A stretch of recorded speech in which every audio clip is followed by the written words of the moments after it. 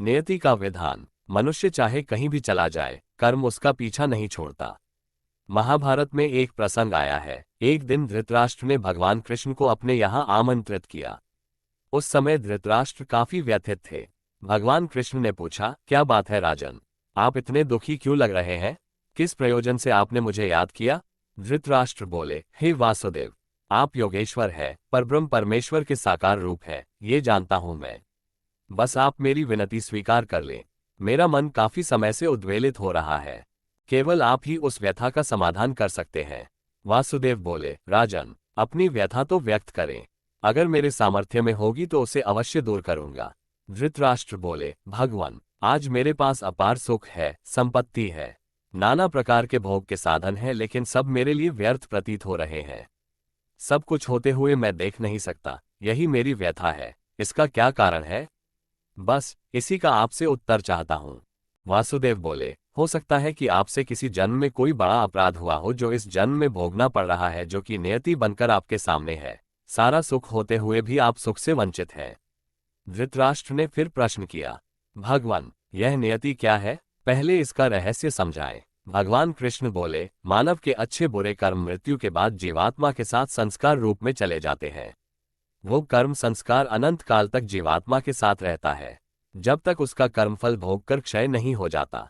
जीवात्मा चाहे कितनी ही बार जन्म क्यों न ले ले, जब मनुष्य को दुख या सुख मिलता है या अपार सुख के साधन होते हुए भी सुख शांति नहीं मिलती, तो मनुष्य यही कहता है कि इतना सारा पूजा पाठ दान धर्म कर रहा हूं, फिर भी दुख दुर्भाग्य कम नहीं हो रहा है। इसका वह कारण खोजता है। राजन, आप तो जानते हैं, वह संचित कर्म संस्कार जब प्रकट होता है तो ऐसे समय में चाहे मनुष्य अपार सुख में रहे या रहे दुख में, वही कर्म संस्कार नियति बनकर कब प्रकट हो जाएगा, कोई नहीं जानता। जब नियति प्रकट होती है तो ईश्वर भी सहायता नहीं करता। नियति के विधान में वह न तो अपने लिए हस्तक्षेप करता है और न दूसरे के लिए। ईश्वर को भी नियति के विधान को मानना पड़ता है। ईश्वर सदैव तटस्थ रहता है। अगर मैं चाहूं, वासुदेव ने कहा, तो मैं आपके नेत्र ठीक कर सकता हूं, लेकिन जो आपका ये कष्ट है वह नियति के कारण है। तब धृतराष्ट्र बोले, आप कारण का तो पता लगा ही सकते हैं, कृपया मेरे दुख के कारण को मालूम कर मेरे मन को हल्का कर सकते हैं। भगवान बोले, इसका ज्ञान योग बल से हो सकता है। इसके साथ ही भगवान ध्यानस्थ हो गए। वे एक एक करके धृतराष्ट्र के पूर्व जन्म देखने लगे।